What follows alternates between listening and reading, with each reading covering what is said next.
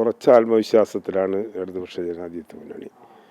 ഞാൻ നിങ്ങളോടൊക്കെ പറഞ്ഞ അതേ വാക്കുകൾ തന്നെ 13-ാം തീയതി ഫലപ്രഖ്യാപനം വന്നാലും പറയാൻ കഴിയും എന്ന ഉറച്ച വിശ്വാസത്തിലാണ്.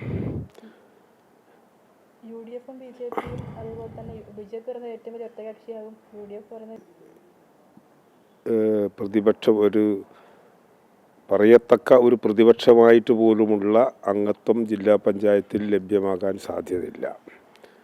ഞങ്ങൾ UDF വിജയിക്കും എന്ന് തീരുമാനിച്ച മണ്ഡലങ്ങളിൽ പോലും ഞങ്ങൾക്ക് വലിയ മുന്നേറ്റമുള്ളതായിട്ടാണ് മനസ്സിലാക്കാൻ കഴിയുന്നത്. പിന്നെ കോർപ്പറേഷനിൽ UDFന് കോർപ്പറേഷൻ്റെ തെരഞ്ഞെടുപ്പിലെല്ലാം പാളിയതാണ്. ആദ്യം വിനുവിനെ കൊണ്ടുവന്നു, ബിന്ദുവിനെ കൊണ്ടുവന്നു, വോട്ടില്ലാത്ത ആളുകളെ സ്ഥാനാർത്ഥിയാക്കി.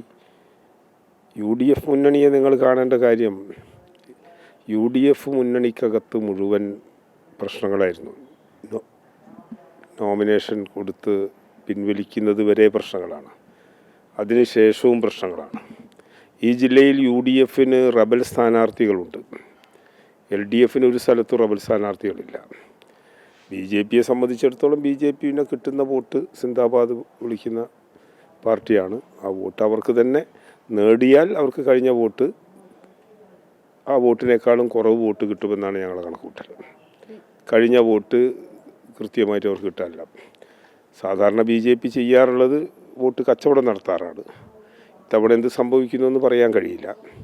പല രീതിയിലും പല സംസാരങ്ങളൊക്കെ ഉണ്ട്. ഞങ്ങളത് മുകളിലെടുത്ത് സംസാരിച്ചിട്ടില്ല. ഞങ്ങളെ സംബന്ധിച്ചിടത്തോളം വോട്ടർമാർ പൂർണ്ണമായും സംതൃപ്തരാണ്.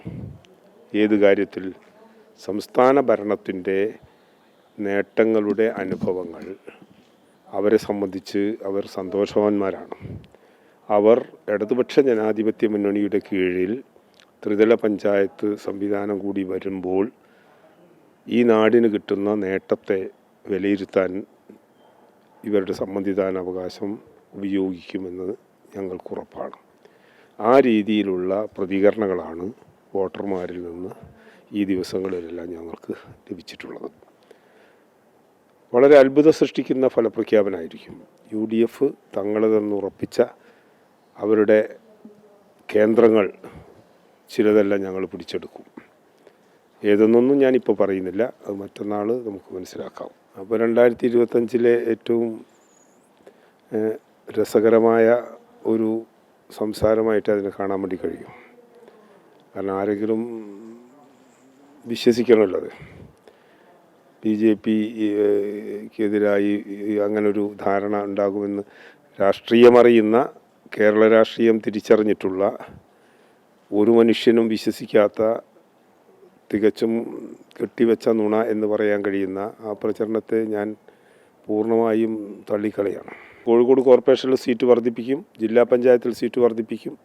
കഴിഞ്ഞ തവണ ഞങ്ങൾക്ക് ലഭിച്ചതിനേക്കാൾ പഞ്ചായത്തുകളുടെ എണ്ണം LDF നേടിയെടുക്കും.